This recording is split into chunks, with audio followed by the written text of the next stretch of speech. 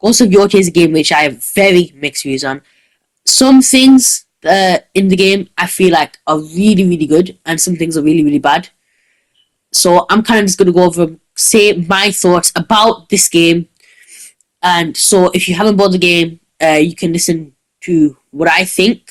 I'm going to be brutally honest. I think a lot of people on YouTube are kind of glazing this game for no reason.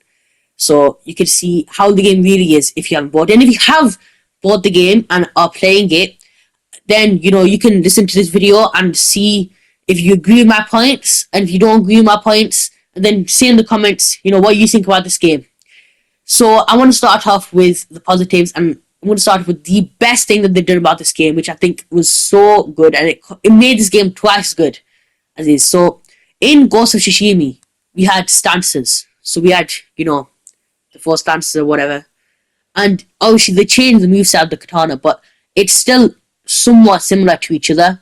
Like, it's not a massive difference. However, in this game we have 5 different stances, but they're not actually stances. They work in the same way, but they are completely new weapons, and you kind of go around the map training with these masters really quickly to obtain these weapons, and they are honestly really fun. I have so much more fun with these than I did with the different stances, because it's just so much different. It genuinely feels so fun to play with. And on top of that, there is even more kind of things you can play with in this game. In Tsushima, we had the bow on top of the katana and the blow dart thingy, and we also had the flame consumable where you make your weapon go on fire. We also have them in Yotei, but then aside from the blow dart, I haven't found that yet. I'm only on Act 1, partway through Act 1, so I've not done the whole game or whatever, but there's so much fun things in this game. There's I'm not going to go into detail, this is a spoiler-free review, but there's loads of other weapons, and they are honestly so fun, and I've been using them very often, mostly. Like, there's 1 or 2 that I feel like isn't super good. One, but you might think the opposite. Actually, you might think the complete opposite, because I could see the one I actually haven't used is the flame consumable, which I use a lot in Tsushima. So but that just shows how good these weapons are. And I also want to talk about another thing which I think was so fun, is a new feature that they've done in this game, is the bounties. So there's just like a bounty board, and there's just these guys, and you go and kill them. There's a problem with this though, because the main reward is coin, and that's like the main resource in this game. It's like the supply equivalent. But I've kind of felt like I had infinite coin my entire playthrough, because it is so easy to get coin that it kind of just becomes worthless. You have so much that you don't need to worry about it. But the bounties do drop other things. The coin is a pretty big problem. They really should have reduced the amount of coin you get, or or increased the prices of things, because from start to finish, and I'm not finished the game, but from where I started to now, I felt like I have infinite coin.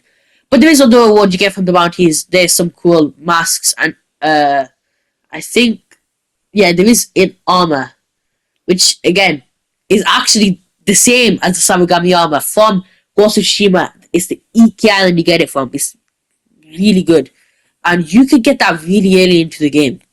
It doesn't look the same, but it has the same effects.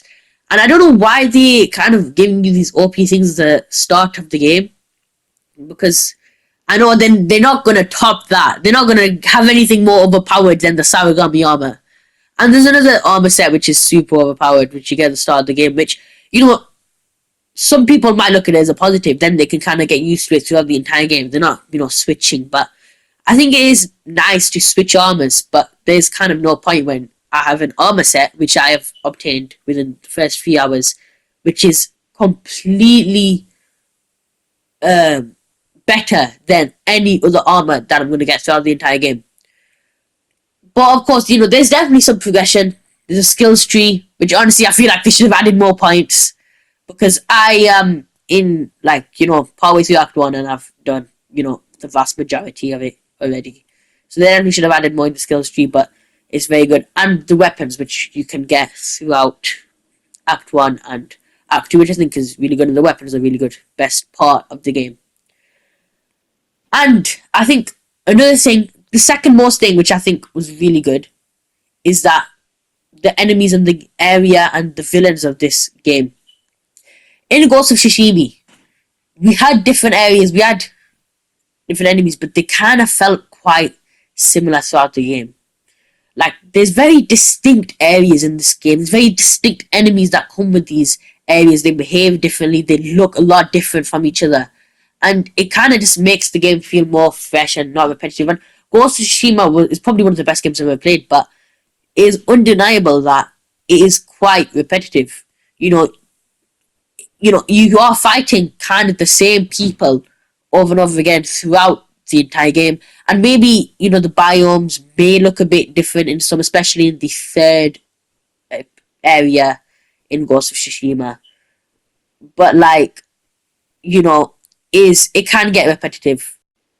But in this game, the enemies are quite different as you go along, and there's actually quite a lot of areas in this game. I don't think they're as big as the three areas from Tsushima, but overall, the game is definitely bigger. Like, I am in Act 1 of this game, partway through, I've not even finished it, and I spent, I think, like 36 hours in this game, and I've kind of just been casually exploring. And part of that is because you can get distracted by so many things in this game. It's just so fun, and the side content in this game is so fun compared to Shima. Like, Shima, it gets repetitive. And that especially does, because there's a lot of kind of waffle, like there's a lot of dialogue and then exploring, and then you get to fight someone. But in this game, no, maybe you might have a bit of dialogue, you might like there, and then you're just fighting. Like, the side quests in this game are way better. And, a lot of them, like the bounties, they all have somewhat of a boss, kind of like, some of them don't really feel like a boss, because they're kind of gang fights, but some of them are actual proper boss fights that are one-on-one. But overall, it's really fun, the side quests in this game, and you just get distracted by so many cool things.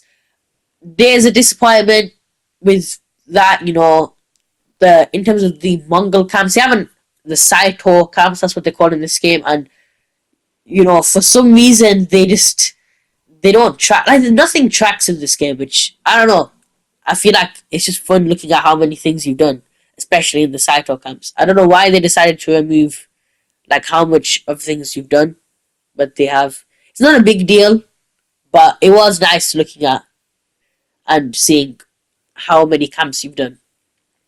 But anyway, I'm gonna get back onto the point which I was gonna talk about, and I want to talk about the villains in this game, and they are one of my favorite parts about this game. The villains are really cool. They look really cool. They kind of wear masks, so they definitely have a distinct identity, and they're kind of leaders of their own groups, and the group itself has a leader. But yeah, they're really fun, and this is how they kind of have more of an open world perspective in this game than in Tsushima, because obviously Tsushima was open world, but there was one path you had to go in terms of the main story. Kind of like, you had a few different paths, but they weren't major. Like, the major main quests in this game, you can go in several different paths. I'd say there's 3 in Act 1, and you can go in 2 or 3 different orders. So, it's not like super well, it's nothing like Elden Ring where you can literally do whenever, whatever you want. But it's definitely more choice in this game compared to Shima. And also, I have actually fought 2 of them so far, and I will say they are really, really fun. The first one was a tutorial, so it was a bit, boring, but I still had a fun time with him. I think he was done well. He served his purpose.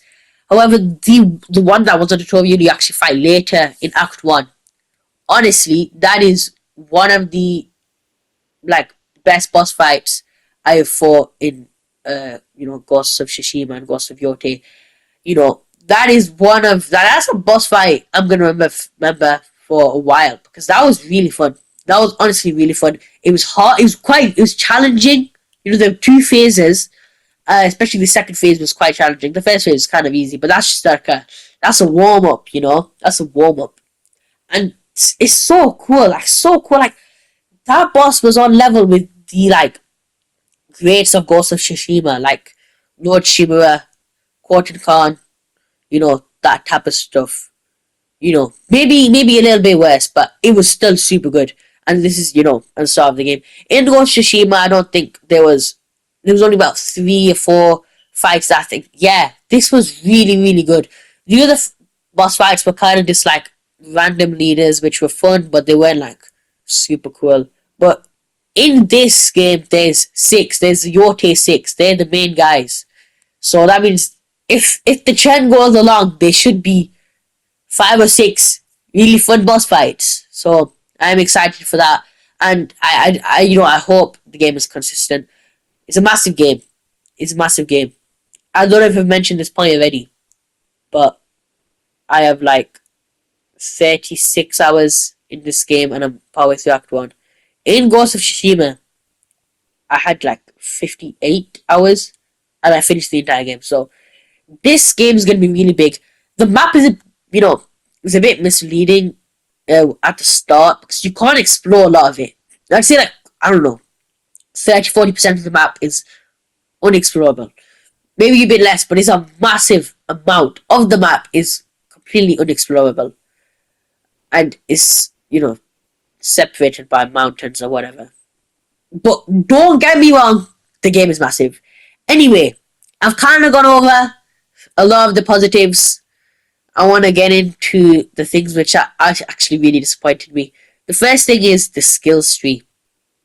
And I already kind of went over that. I hoped it was big. And I had the same problem with Tsushima. Like, I feel like it would have been cooler to add more things.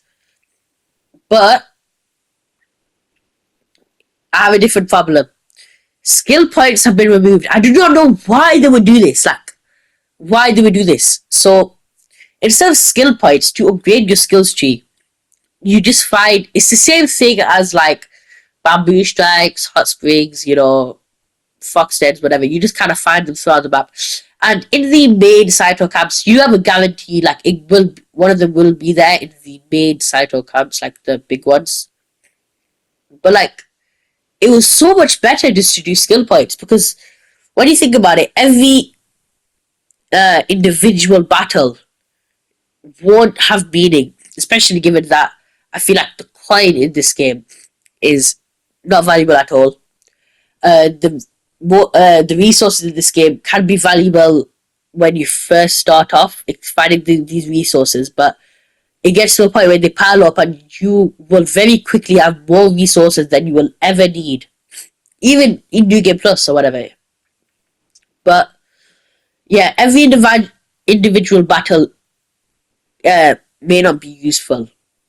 However, in Ghost of Tsushima, you kill a leader or whatever, you have some XP which you can get towards a skills point and you can upgrade them at any time. In this game, I don't know why they would resort to this, just finding the altars throughout the map to upgrade. And also, there's something I forgot to mention. You also have wolves in this game, which you can upgrade as a skills tree, and I really liked that. I think they did that perfectly. They are really fun, and you can just fight alongside them, and they help you out a lot. Anyway, now I want to go on to the thing that is the most controversial about this game, and I know a lot of people are going to agree with me this. I know some people may not agree with me. Do not click off yet. Just keep me out on this one if you disagree with me. And this is a massive problem. This is what I actually think is the worst point about this game. And the game genuinely could have been so better if they just didn't do this. And besides, there's a female character. The main character is a woman. It doesn't make sense. It doesn't fit the story. In Ghost of Tsushima, the main character being a man fits the story. He's a samurai. He's in Middle Ages, feudal era Japan or whatever. Like, he's a samurai. It wouldn't make sense for a woman to be a samurai fighting in the war. That doesn't happen. That's never happened. I mean, maybe in a few. I mean, no, like that does not fit the story, and it doesn't fit the audience either. That a woman being in a woman, fighting these guys, and it doesn't fit the story. It doesn't fit the audience. It doesn't fit the story because it's Middle Ages Japan. Uh, Her father wouldn't have trained her in the first place because she's a girl. So how could she possibly, get good at using a sword or whatever? Also, the main character's brother is inferior to her at using the sword. That doesn't make sense because they had the same father. So obviously the son would have had to have been better than the girl. And I think probably, I don't even think if that would have actually happened, like in real life at the time, it would have made sense for the dual katana and whatever masters to have trained in the first place. It doesn't fit the story, and I'll tell you what, it definitely does not fit the audience because 99%, I'd say more, of the people that are playing this game and people that are playing Ghost of Tsushima are men. Like that is pretty undeniable. If you go on YouTube, you type in Ghost of Yotei or Ghost of Tsushima, you can scroll for hours and probably not find a single video posted by a woman. Realistically, maybe not hours, but like a very long time. So why would they make a female main character? They know they're gonna get less sales. The reason they're doing it is because they woke. They are woke. I don't know why they knew exactly what they're doing. And there's some things which I feel like no. Why would they add this? This is very bad. And if you kind of play the game, like you probably know like this is not good, and they knew exactly what they were doing, and they knew exactly what type of LGBT people they're appealing to by and woke feminist who aren't even going to play the game. They're appealing to by doing a female character. It doesn't make sense. They're actively getting less sales just to have a woke image for no reason. For no reason. And the story of the game would have been way better. And I've not actually been here, but I've seen in, I think, Act 2, there is the place. It's like Jin Sakai's home, right? Knowing that Jin Sakai, like, it would just be such a logical decision to get Jin Sakai, bring him back, let him travel to this place, Ezo, right? And just make it so like, oh, I want to go and visit my father's house in this place. I want to, come back here after so much time. And then he finds the Yotei 6 and whatever they're doing, and he's like, I'm going to kill them. And the Yotei 6 does something bad to him, and they, I don't know, kill his son or something. And then he's, oh, I'm going to kill him. Oh, I hate them. The same thing they've done here, but it's just Jin Sakai. And then there's a character, I'm not going to go into detail, let's spoil it for your review, but I'm not going to go into detail. So, there's a character that kind of, the relationship doesn't really make sense given the circumstances. But there's a thing that I thought of, like, it would have made so much sense if they'd done the same with Jin Sakai and made this character like, oh, his childhood friend from when he was a kid. The relationship between them would have been made a lot more sense, honestly. Because some dialogue thinking, it doesn't really make sense. So anyway, well, yeah, that is a big problem with the game. They should have just made it Jin Sakai, or at least a male character. But honestly, Jin Sakai would have been sick. Everyone would have. They would have been so much more sales because Jin Sakai. Everyone liked Jin Sakai. No one disliked Jin Sakai. So it would just made sense for them to add him. Also, they did prove my expectations right. The story is way worse than it is in Tsushima. I'm sure the story is good. So far, I think the story is pretty decent. There's definitely not, like, good NPCs. Like, I feel like really good characters that there was in Tsushima, like Taka and whoever else and whatever. But, it's pretty good. Its story is alright. Like, it's probably a good story. It's not beating the story of Tsushima. So if you do want to, get this game, maybe partly due to the story, then maybe think just about the gameplay, not about the story. But overall, if you like Ghost of Tsushima, honestly buy this game. It does improve in a lot of areas, and a lot of things I think were really not good in terms of the progression, the skills points. But I kind of got used to some of the things which were bad, but they were definitely disappointing. I feel like they should have kind of stuck with some things what Shima did. Maybe also when you do a Saito camp, they don't actually expand the map. You have to buy parts of the map as well, which is pretty good. And you have a guitar or whatever, and you upgrade that throughout the game to be able to play your song on the guitar, and then it guides you to whatever bamboo stick or hot spring or like wolf den or whatever. Speaking of bamboo sticks, actually, they are really bad in this game. They're actually garbage.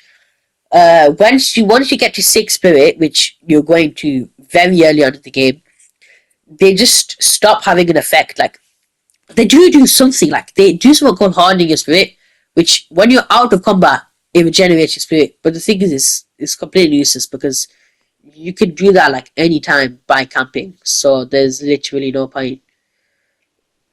But yeah.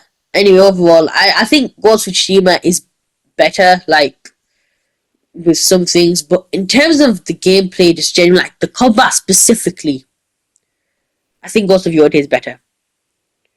But there's some things like just general quality of life things like the way you unlock like the map. Obviously, you unlock the map as well as it's exploring, but the way it expands and shows the nearby areas near Mongol camp when you beat a Mongol camp, the skill points, um, the armor actually. I like the armor better.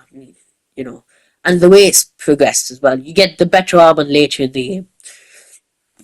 Overall, I think Ghost of Tsushima is a little bit better in those factors. However, in terms of Ghost of Yōtei, I think the general combat is better.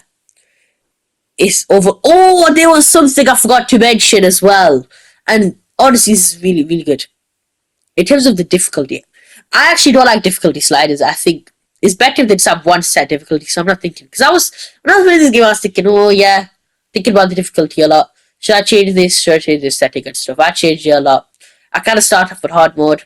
Then I thought, yeah, it's kind of too hard. I'm gonna change it to medium. But then they made a feature in this game, and it's custom difficulty. So they have 5 selections of what make the difficulty up. 5 different categories. I think how much you gain spirit, damage, enemy aggression, like the enemy damage, what it does to you, enemy aggression, stealth, and something else. Yeah. So you can pick these, which one you want, easy to lethal. You can pick that. So let's say you're good at not taking damage. So you may want that to be more punishing. So you want that to be on lethal, let's say. And then let's say you are super bad at stealth. You could put that on easy. It's not on one set difficulty. You can do the difficulties, and it's really good. And even if you're not planning to do that, I still found it really useful because early on I kind of changed my difficulty to medium, and then slowly I changed one section of it to hard, and and then I honestly don't think I would have taken the jump to medium to hard without a custom difficulty slider because that is a big jump. But if I kind of got better, slowly did it, so it was a slow difference. Like in one area, it felt a lot better. Than I'm kind of on hard more or less. My timing windows on medium still. I don't think I'm getting that to hard because it's just more fun to have medium. Then I'm getting more perfect parries. But yeah. Overall, I think Ghost of Yotei is a really fun game. The price is a bit much, but if you don't have PlayStation Plus, Ghost of Tsushima is the same price. So if you bought Ghost of Tsushima for 70 quid, then and you like that game, you want more Ghost of Tsushima, buy this game. Because this is a fun game and it definitely improves a lot of areas, So overall, I'm pleased. I actually enjoyed it the more I've played it.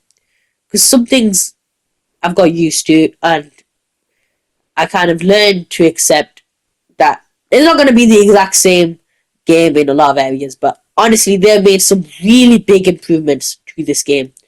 So, 100%, if you like Ghost of Tsushima, this is the game for you.